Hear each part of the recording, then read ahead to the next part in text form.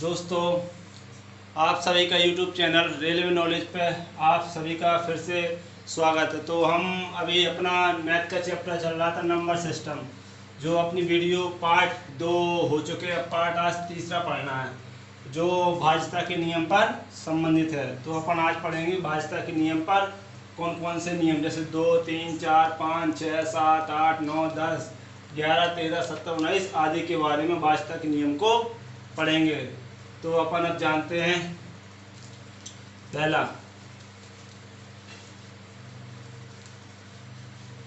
इसकी 2 वीडियो डल चुकी number system की। भाग 3 इसका जानते हैं, दो की भाज्यता का नियम।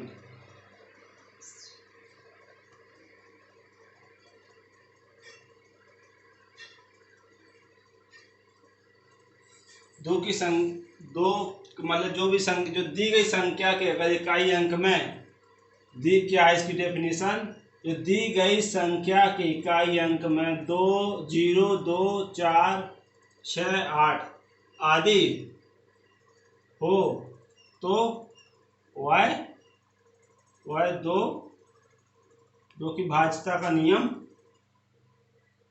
2 से भाज्य हो जाएगी। जैसे फॉर एग्जाम्पल, जो कि भाज्यता का नियम का जो दी गई संख्या के इकाई अंक में 0, 2, 4, 6, 8 जैसे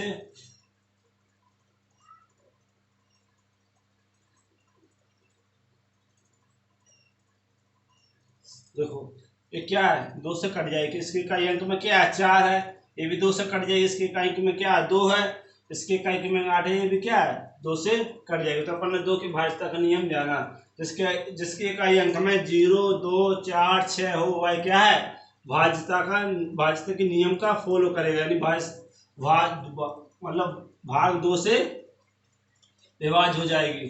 अब भाज्यता 3 की भाज्यता का नियम,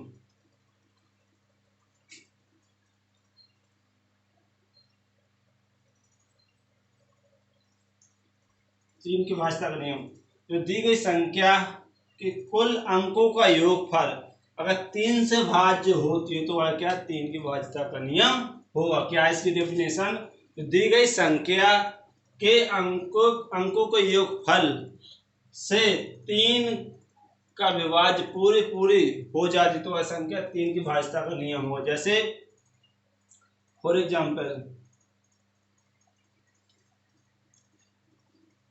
इसके अंकों का योग क्या है, 3 से विभाज्य होगा, 3 से कटेंगे, 3, 5, 8, 1, 9, क्या 3 से कट जाएगा।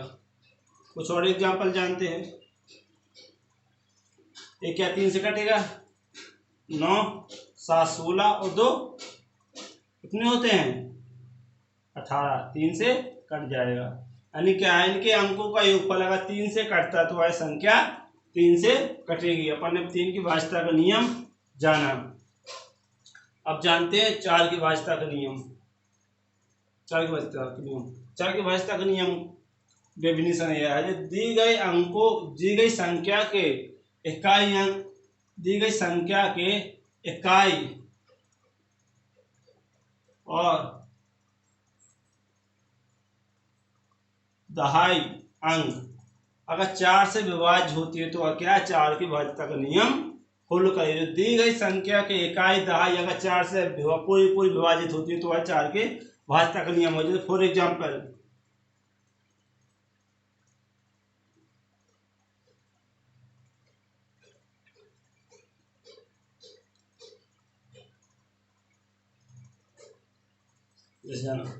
इकाई और दहाई, दो अंक क्या 4 से कट रहा है कि नहीं कट रहा, 40, दो जो दहाई था 4 से कटेगा, 40 4 से कट जाएगा, 48 भी 4 से कट जाएगा, यानी क्या, ये पूरी संख्या 4 से कट जाएगी। तो अपन ने जाना कि 4 की भाज्यता का नियम क्या है, जो दी गई संख्या की इकाई दहाई अगर 4 से पूरी कटती है तो वह पूरी संख्या 4 की भाज्यता का नियम फॉलो करेगा। अब जानते हैं अपन 5 की भाज्यता का नियम है, मतलब जब 5 हो तो कौन कौन सी संख्या पर 5 से कट सकती है। तो दी गई संख्या के अगर इकाई अंक में 0 और 5 हो तो वह 5 के नियम की भाज्यता का फॉलो करेगा। जैसे कि फॉर एग्जाम्पल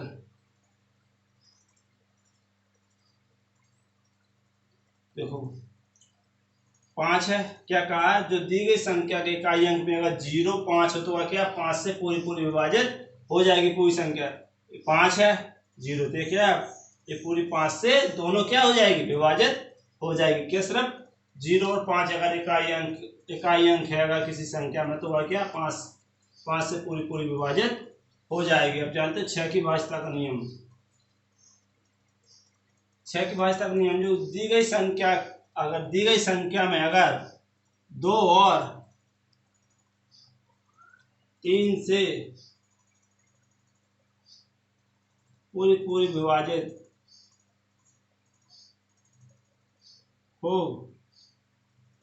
हो जाती है तो 6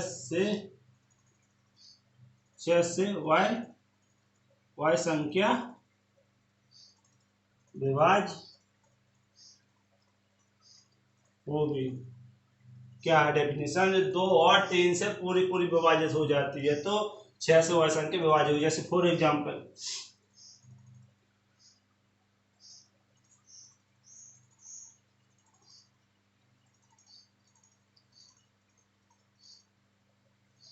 जैसे क्या है, पहले 2 की भाज्यता का नियम क्या है, जैसे अपन 2 के बारे में जाना था जिसके इकाई अंक क्या होना 0 2 4 6 8। तो यहाँ पे देखो 6 2 से कट जाएगा, यहाँ पे भी 8 है तो 2 से कट जाएगा। 3 में क्या था, इनके अंकों का योग 3 से कट रहा है तो y इनके अंकों का योग फलेगा 3 से कट रहा तो 3 की वजह यानी 6 8 14 1 15 यानी 3 से कट रहा है।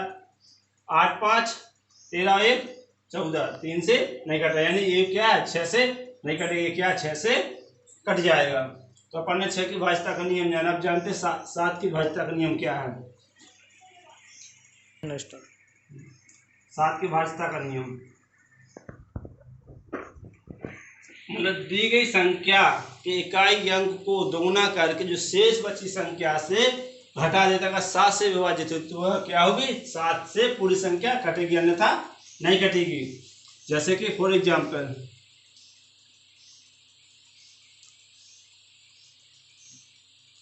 ये है, इसे क्या करेंगे, क्या अभी क्या इसकी डेफिनेशन थी, जो दी गई संख्या इकाई अंक को दोगुना करके, क्या इकाई अंक 2 दोगुना करके 4 हो गया। अब शेष संख्या क्या बची 5, इसमें से घटा के कितना बचेगी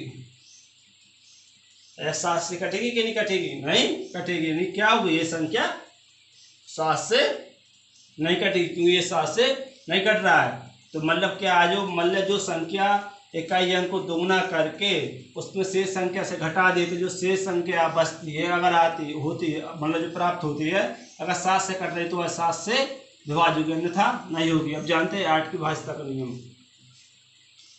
8 की भाज्यता का नियम क्या है, जो दी गई संख्या के इकाई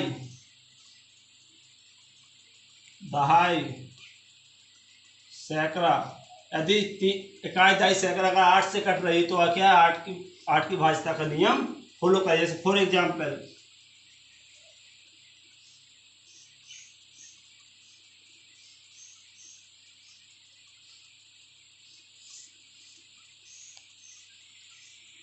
जानते देखो इकाई दहाई सैकड़ा अगर ये 3 संख्या अगर 8 से कट रही है तो क्या 8 की भाज्यता का नियम क्या ही कट रही है कि नहीं करनी है, आप 50 कट जाएगा, इससे क्या है 32 40 यानी ये भी कट रही है तो क्या है 8 से पूरी संख्या दोनों क्या है 8 से कट जाएगी। मतलब जो इकाई दहाई सैकड़ा अगर 8 से कट रही तो पूरी संख्या भी 8 से कटेगी। अब जानते हैं 9 की भाज्यता का नियम।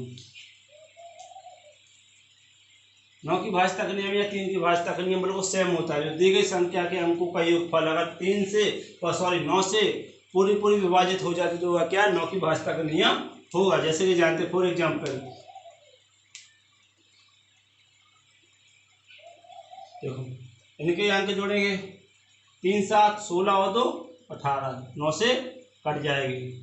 यहाँ पर क्या है 9 9 18 ये क्या है दोनों 9 की भाज्यता का नियम होगा क्योंकि इनके अंकों का योग क्या 9 से कट रहा है। 9 या 3 का बिल्कुल सेम होता है। अब जानते हैं 10 की भाज्यता का नियम।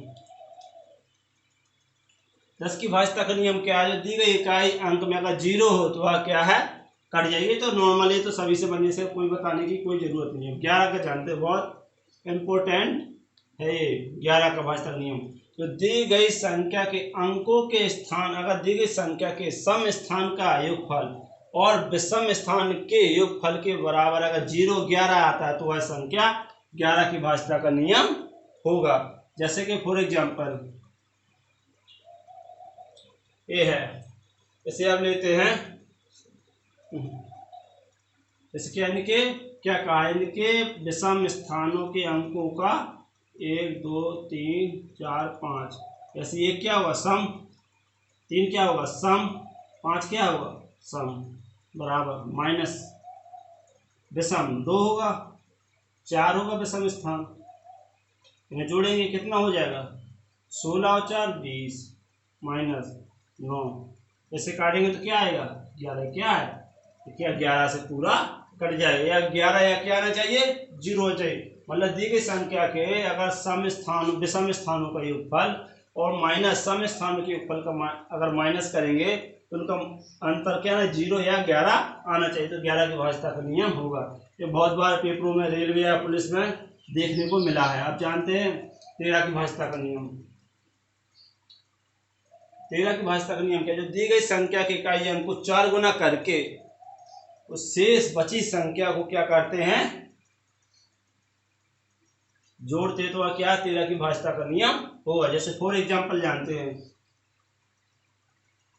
ये है क्या क्या, जो दी गई संख्या इकाई अंक को 4 गुना करके शेष संख्या में जोड़ देते हैं, 13 से भाग क्या कट रही है, तो क्या ये क्या 13 से कट जाएगी। 13 का क्या भाजकता का नियम, दी गई संख्या के इकाई अंक को 4 गुना करके जो शेष बची संख्या में जोड़ देते हो, अगर 13 से कट रही तो क्या 13 की भाजकता का नियम होगा, यानी वो पूरी संख्या 13 से कट जाएगी। अब 17 का करेंगे, 17 की भाजकता का नियम, 17 की भाजकता का नियम क्या है, जो दी गई संख्या के इकाई अंक को 5 गुना करके जो शेष बची संख्या को क्या कर देते हैं घटा देते, तो क्या होगी 17 से पूरी हो, अगर 17 से पूरी विभाजित हो तो वह क्या होगी 17 के नियम के भाजकता का फॉलो करें। जैसे फॉर एग्जांपल जानते हैं, जैसे कि 153 क्या है इकाई अंक को 5 गुना करके शेष बची संख्या में क्या कर देते हैं घटा देते हैं,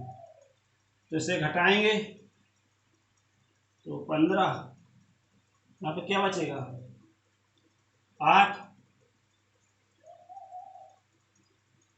अब ये 17 से कट रही है, क्या कटेगी कि नहीं कटेगी, भाजकता के नियम नहीं होगा। तो फॉर एग्जांपल जानते हैं 17 का देखा, अब जानते हो 19 का, 19 की भाजकता का नियम क्या, 19 की भाजकता का नियम या 7 की भाजकता का नियम उल्टा होता है। तो दी गई इकाई अंक को दुगुना करके जो शेष बची संख्या में क्या करते हैं जोड़ देते, उसमें क्या आता उसमें माइनस कर देते। तो जैसे फॉर एग्जांपल जानते, जैसे कि 1862 लेते हैं, तो दी गई इकाई अंक को दोगुना करके शेष संख्या में क्या करते हैं जोड़ देते हैं, 9 से कट जाएगा, 19 से कट जाएगा, क्या होगा यानी क्या पूरी संख्या 19 से कटेगी। तो दोस्तों अपन ने आज नंबर सिस्टम का पार्ट 3 जाना है जो भाजकता के नियम पर आधारित थे, तो इससे बाहर नहीं जाएगा। तो दोस्तों वीडियो कैसी लगी, अगर अच्छी लगी तो लाइक शेयर और सब्सक्राइब जरूर करें। Thank you for watching.